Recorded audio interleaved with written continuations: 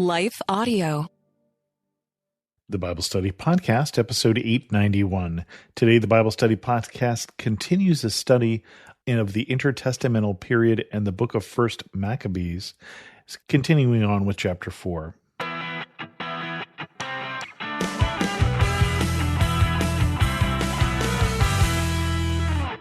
Welcome to the Bible Study Podcast. I'm your host, Chris Christensen. We're going to continue on with the second half of chapter 4, including the story of Hanukkah, right after this message. Chapter 4, we left off in verse 35, and we'll continue on in verse 36, cleansing and dedication of the temple. Then Judas and his brothers said, "See, our enemies are crushed. Let us go up to cleanse the sanctuary and dedicate it." So all the army assembled and went up to Mount Zion. There they saw the sanctuary desolate, the altar profaned, and the gates burned. In the courts they saw bushes sprung up as in a thicket or as on one of the mountains. They saw also the chambers of the priests in ruins. Then they tore their clothes and mourned with great lamentation. They sprinkled themselves with ashes and fell face down on the ground. And they blew the signal trumpets, and they cried out to heaven. So remember that they were driven out of Jerusalem, the people who were in charge there, the kings of Syria, had put a citadel nearby, and the citadel is still there. There's still a foreign presence in the city of David, which would be just south of the Temple Mound. You can go to the Temple Mound now in Jerusalem. Obviously, the temple itself is gone, and now you'll find the Dome of the Rock, a mosque on top of where the temple used to be. But they go to that place, and this is a very sacred place. This is where the Jewish people believe Abraham was called to sacrifice Isaac there on the Temple Mount. And so this is where the Temple of Solomon was built, and is where the later temple, and this would be the second temple that they're in here, was built, and the temple that was rebuilt after the Babylonian captivity. And they go up there, and it's a mess. It's desolate. If this were a Western, there would be tumbleweeds blowing through here. They're literally seeing bushes that have grown up in the sanctuary. So people have not been able to be caring for the temple. They've been gone for long enough. The things have started to go native again. And then obviously they intentionally desecrated the temple. They intentionally were trying to stop the worship of the Jewish God here in this temple. They had ransacked the priests' areas. They had profaned the altar. They had burned things on it that were profane and made sacrifices to other gods on it. They had burned the gates. So it's really a project here at this point. And so they do what is appropriate. They tear their clothes and sprinkle themselves with ashes, which is a way of doing mourning in this time period.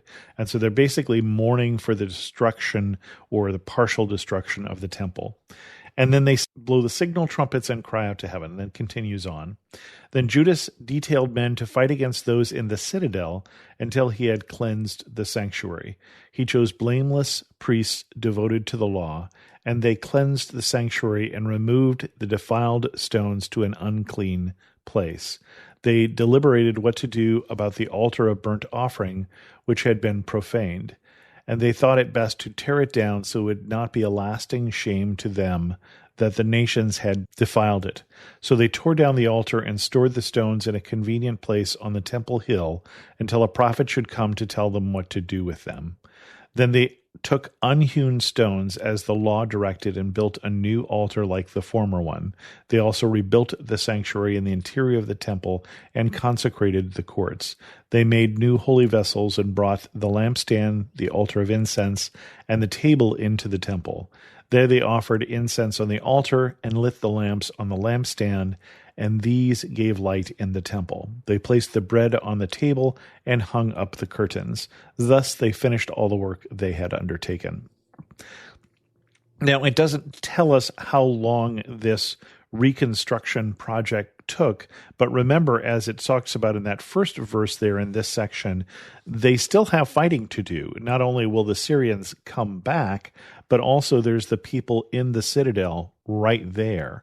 So Judas has some people fighting or, surrounding the citadel, probably besieging it at this point, and then has other people who are doing this work, and they're recreating the things that need to be recreated. They can't just wash off the defiled stones, those things that in the sanctuary where they do the offerings, they remove them and recreate them with unhewed stones.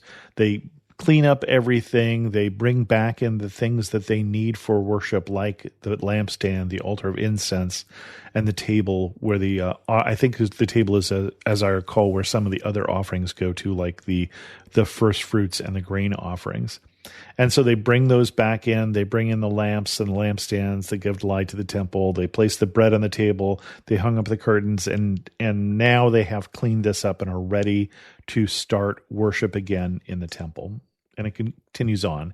Early in the morning on the 25th day of the 9th month, which is the month of Chislev, in the 148th year, they rose and offered sacrifice as the law directs on the new altar of burnt offerings they had built. At the very season and on the very day that the nations had profaned it, it was dedicated with songs and harps and lutes and cymbals. All the people fell on their faces and worshipped and blessed heaven, who had prospered them. So they celebrated the dedication of the altar for 8 days and joyfully offered burnt offerings. They offered a sacrifice of well-being and a thanksgiving offering. They decorated the front of the temple with golden crowns and small shields. They restored the gates and chambers for the priests and fitted them with doors. There was very great joy among the people, and the disgrace brought by the nations was removed. Now, this is interesting because this is the recleansing of the temple that I said is the Hanukkah story, but you may see that there's something missing from the Hanukkah story that you've heard, and that isn't in verse Maccabees.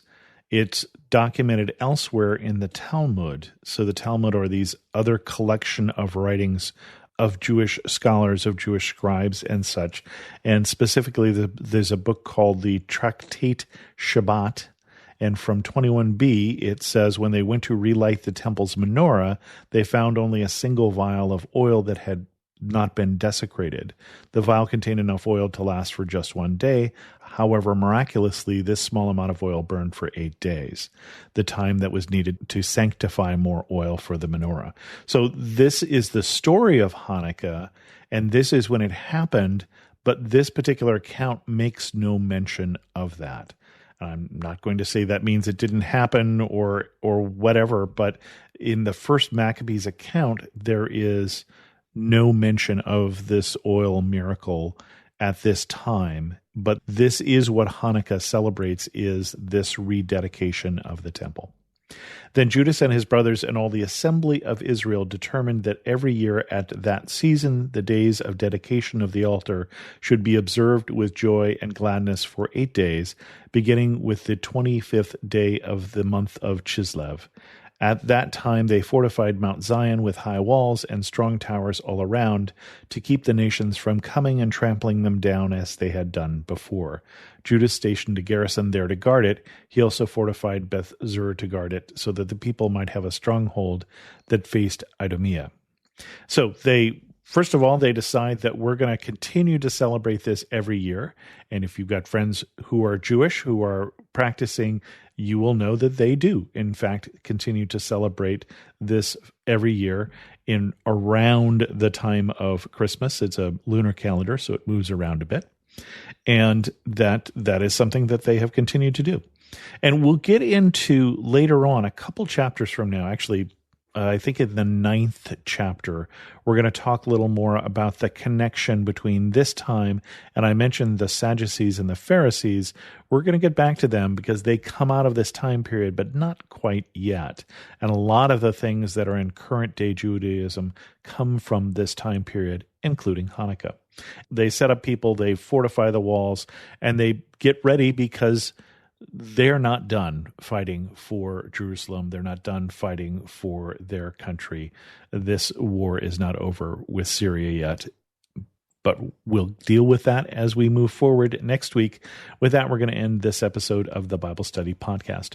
If you have any questions, send an email to host@thebiblestudypodcast.com, or better yet, leave a comment on this episode at thebiblestudypodcast.com. And thanks so much for listening.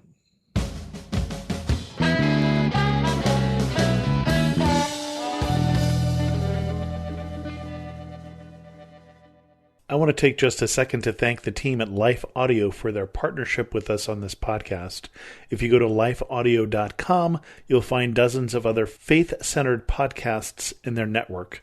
They've got shows about prayer, Bible study, parenting, and more. Hi, friend. Are you stressed? Maybe even worried about so many needs around you that you've forgotten you are worth taking care of too?